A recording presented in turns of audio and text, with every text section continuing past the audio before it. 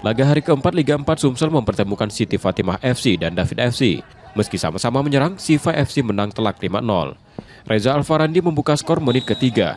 Rizky Armando mencetak hat-trick menit ke-20, 42, dan 69. Ditutup gol Riva di masa tambahan. Pelatih Sifa FC Jarod puas dengan permainan anak asuhnya. Sementara David FC terdampak absennya beberapa pemain.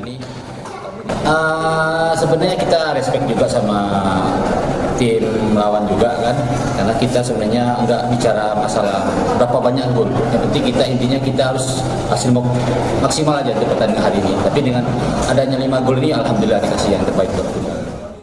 Kita tahu ya, ada beberapa pemain kita kena akumulasi dan juga sakit ya. Ada pemain belakang kita, ada Fajar tidak bisa tampil karena sakit. Mungkin pengaruhnya dari lini belakang bisa sampai ke depan. Karena kuncinya ada di Fajar itu. Karena pemain dua kita, pemain belakang itu tipenya sama. Ya, itu aja. Hasil ini membuat Sifa FC kokoh di puncak klasemen dengan 12 poin. David FC turun ke peringkat 3 dengan 7 poin. Nur Muhammad, Kompas TV, Palembang, Sumatera Selatan.